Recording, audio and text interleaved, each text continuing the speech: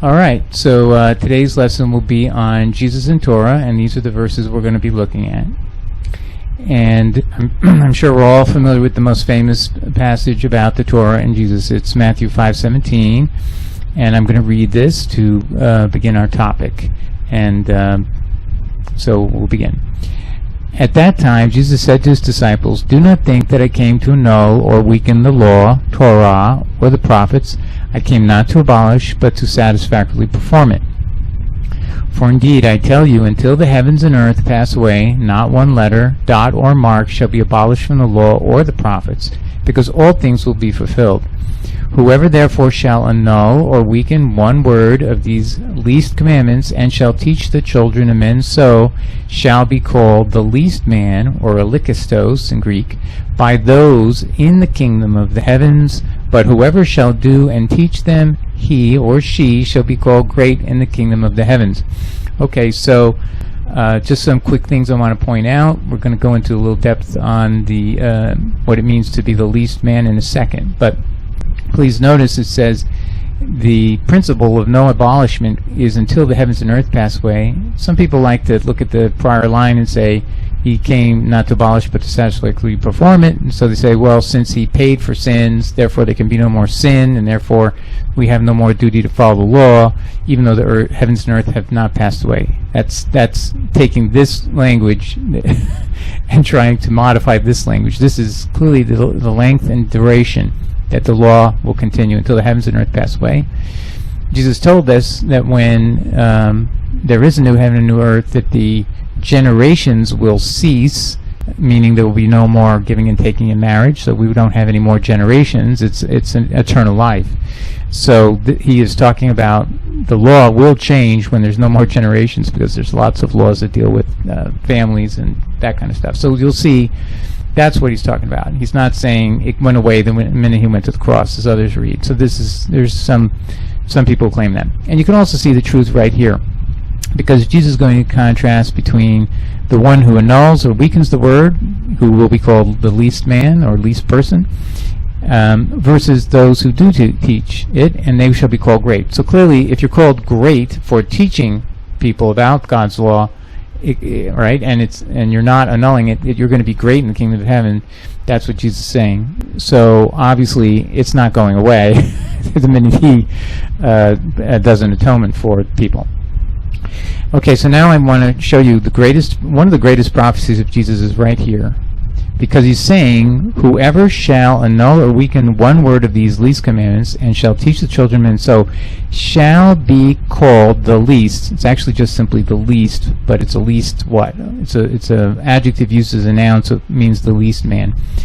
Elicthos, by those in the kingdom of heaven. So those in the kingdom will call someone the least man. It doesn't mean the least man is in the kingdom. It means those in the kingdom will call someone who's an annuller, weakener of the law, of God's law, the least man. All right, so what is Jesus really doing there? How is that a prophecy? Well, let's look at it more carefully. So the word least is Elicthos in Greek. And guess what Paul's name is? Paul's name is Paulus in Latin, which is contracted form of the word Pauxillilus. See this here? Paulus is a reduction, or like we reduce the word cannot into can't. Well, that's what Latin does. It takes the word Pauxillilus, which is, we'll see the word meaning least, and when you reduce it, or ex hoc it, meaning you contract it, it comes out as Paulus. And you'll learn here that Paulos in Greek is actually a transliteration of a Latin word, Paulus. Okay, so what did we find out? The word for least is this word here, Pauxillilus, and Paulus is a contraction. And here's some dictionaries that back this up. This is from 1701, Paulus, ex hoc Pauxillilus. So Paulus is a contraction of this word here, Pauxillilus. Now we're going to go to a dictionary in 1677. You're going to see Pauxillilus means the least that can be. Got it? So Jesus is giving a prophecy. Whoever shall annul or weaken one word of these least commandments, and shall teach the children of men so, shall be called the least man by those in the kingdom. So when, God willing, we all are in the kingdom, we're all going to refer to the person who was the annuller, the weakener of God's law, the least man. But he's not there. he's called the least man by those who are there. That's the point. So anyway, that's one of the most amazing prophecies of Jesus. And this was not, you have to also know, no one noticed this about Paul being prophesied until the 1800s, when scholars started saying, hey, we know that Paulus is his Latin version of his Greek name. The Greek word Paulus is really from a Latin name of Paulus, and we know that means Pauxillilus. So Jesus is talking about him, and they said, well, probably Matthew said it out of hatred or something, but we know what really is going on here is Matthew couldn't know this level of Latin. Let me tell you, even a Latin student can barely know all these contractions and how they form. And so this is not something that Matthew could have possibly have known. And if you actually want to see how sophisticated the prophecy was, there's another word that's also contracted to Paulus, and it means very few, and it's this word here, Pauxillus. Pauxillilus means least, but if you want to say few, you'd say Pauxillus, and that's slightly different, right? So whoever said this about the least man here had to know that Paul's true name was the least man. And how do we know Paul actually knew his name was the least? It's this passage where Augustine in the 300 said Paul is playing on the Latin meaning of his name of Paulus. So that's why we know. So here's what Paul says about himself. For I am the least, Greek Elicthos, that's in 5:17 if you remember, of the apostles, and do not even deserve to be called an apostle, because I persecute the church of God. So again, Jesus made a fantastic prophecy. Augustine only recognized this. He said, obviously Paul was playing on the meaning of his name as Paulus, as Pauxillilus, and but nobody put two and two together, and nobody connected it back to 517 until the late 1800s. And so that tells you that none of these dictionaries were done in any way to try to embarrass Paul. It's just simply a fact that Paul's name means the least that can be, Pauxillilus. Reduction to Paulus. Okay, so I think that just gives you an idea of how wonderful Jesus is to protect us. Now, however, we all know that there's this decision that's made in Acts 15 that's recorded by Luke, and a lot of Christians don't understand what this is saying, so I think I wanted to show you how the Torah was handled by the church according to Luke, but I think he's telling the truth. I think it's accurate, and you'll see why. You'll see why. So we're just going to go to look at this passage here, Acts 15:19-21 in the NIV. So let me read this. Certain people came down from Judea to Antioch and were teaching the believers, unless you are circumcised according to the customs taught by Moses, you cannot be saved. Okay, so they're claiming that even Gentiles must be circumcised to be saved. James, who is Jesus' brother, he's Bishop of Jerusalem, elected by the 12. He's not an apostle. He's elected by the 12 to be the Bishop of Jerusalem, and that's recorded in several places in the early church history, in Eusebius and others. And this is what James, the brother of Jesus, says. It is my judgment, therefore, that we should not make it difficult for the Gentiles who are turning to God. Instead, we should write to them, telling them to, 1, abstain from food polluted by idols, 2, from sexual immorality, from 3, the meat of strangled animals, and 4, from blood. Okay, just so you know, each of these 4 commands are specifically mentioned in the law as applicable to what's called aliens, foreigners, sojourners. There's 3 different words used in many translations, but it really just means Gentiles. But now here's the key. He then explains this. For the law of Moses has been preached in every city from the earliest times and is read in the synagogues on every Sabbath. So, if you notice here, James has not yet addressed the issue of do you have to be circumcised at any point if you're Gentile.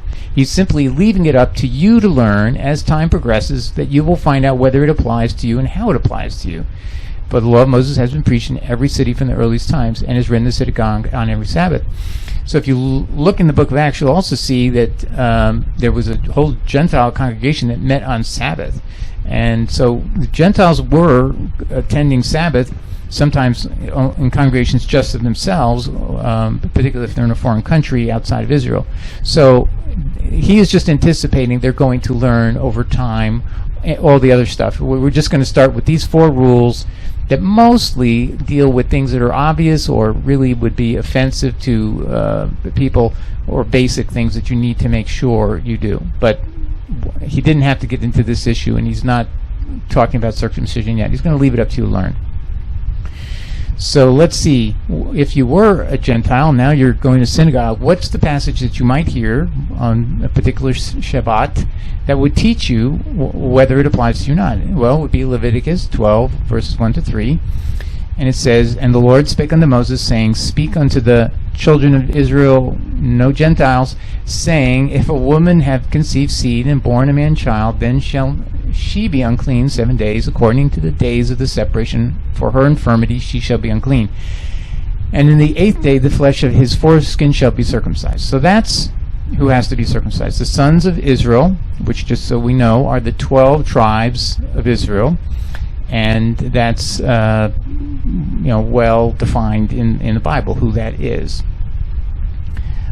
All right, and then this also comes from Abraham and the sign of the covenant, but we'll just skip that for the sake of time. But this gives you another example of something the Gentiles might have heard by going to synagogue regularly about whether you have to be circumcised. Okay, so we found out they don't have to normally be circumcised, but here they can be or have to be. You'll see why. Yahweh spoke unto Moses, Exodus 12:48. "If an alien, a Gentile, who resides with you wants to observe the Passover to the Lord, Yahweh, every male in his household must be circumcised, and then he may come near to observe it. He is to be like a native of the land, but no uncircumcised person is to eat it." So in other words, a Gentile who wants to observe the Passover, who wants to, but doesn't have to, it's not a command that they have to observe the Passover, but if they do want to do it, then they must be circumcised with their household. Then they can come near to observe it. And then he is to be like a native of the land, meaning for this rule, he must follow all the rules of Passover, as we'll see in the next passage. Here's another explanation of this. Numbers 9:14. "If a foreigner," another word for Gentile, it's ger in Hebrew, but there's all kinds of different translations, alien, foreigner, sojourner, but it's just Gentile. "If a Gentile dwelling among you wants to observe the Passover to the Lord, he is to do so according to the Passover statute and its ordinances. You are to apply the same statute to both the foreigner and the native of the land." There's a reason I wanted to quote this in addition, so you can see that if a Gentile wants to observe Passover, he has to do it according to the statute of the Passover, okay? But this verse is often taken out of context. You are to apply the same statute. It often reads more like, there's one Torah for both the Gentile and the sons of Israel, okay? But in context, because there are no periods here, this is in Hebrew, there's no periods or punctuation. So it's really saying you have to do according to the Passover, because there's only one statute that applies to both the foreigner and the native Israelite of the land. Okay, but for this command, not all laws apply. That would be foreign to what the law is doing. As you see, there's a distinction between sons of Israel and the foreigner, except when the foreigner elected, in this case, to observe Passover, then the same statute has to apply to him as it applies to a native of the land. That's all it's saying. But if you read things out of context, you can make mistakes, textual errors. And there's one other example where this same type of language is used one other time, only one other time. It's if a Gentile wanted to do an atonement, they didn't have to use the atonement procedure, but if they decided to do it, then they have to do it the same exact way a son of Israel has to do it. For there is one Torah for both the Gentile and the native of the land, but it's in that context, just like this. So they're both optional options of a Gentile to participate in Passover and in atonement offerings, and then they would have to comply exactly the same way. So I'm showing you this because I'm hoping to show how carefully we must read the law. It makes distinctions between Gentiles and sons of Israel. It also is sometimes misread by taking this last verse out of context and then making it there's no distinction between Gentiles and Jews, which incidentally there is one person who says there's no more distinction between Jew and Gentile, and guess who that is? But I digress. Okay, so here's the summary of what we had today. So we learned the Leviticus 12, 1-3 says sons of Israel are the only ones obliged to be circumcised, okay? So you can now read backwards and go, now I know what James was doing in Acts 15. He was saying, you're going to learn when and if it applies to you, okay? But this is what they would have learned. And then they would have learned that it was put on the sons of Abraham because of this covenant in Genesis 17:11, which is even more clear that that's not the Gentiles. And then in Exodus 12:48, the Gentiles who wished to celebrate Passover had to be circumcised. And if so, then the same statute of Passover must be followed for Gentile sons of Israel. So now we understand those commands about there's one Torah for Gentile and sons of Israel. Each time it's used, it's specifically in context of a command that the Gentile elected to be subject to by wanting to participate in Passover or wanting to do the atonement offerings. Then for that effort, they had to be circumcised. Okay, so, and just to show you again, the law has a lot of commands that are descendant particular. Okay, so if you wanted to if you were a Levite and you wanted to get married, you were only permitted to marry within your tribe, but all the other 11 tribes didn't. So you cannot read the law without realizing there are always specifics, or most of the time there are specifics as what group of people it applies to. Okay, so now I think if you read the Ten Commandments, they read very open-ended, and you have to know when the 12 tribes were present there and said, we agree, there were among them half tribes which were half Gentile at the time, the Manasseh and Ephraim. So there was no desire at that point to tell them it's only sons of Israel. So I think that's a universal principle, the Ten Commandments.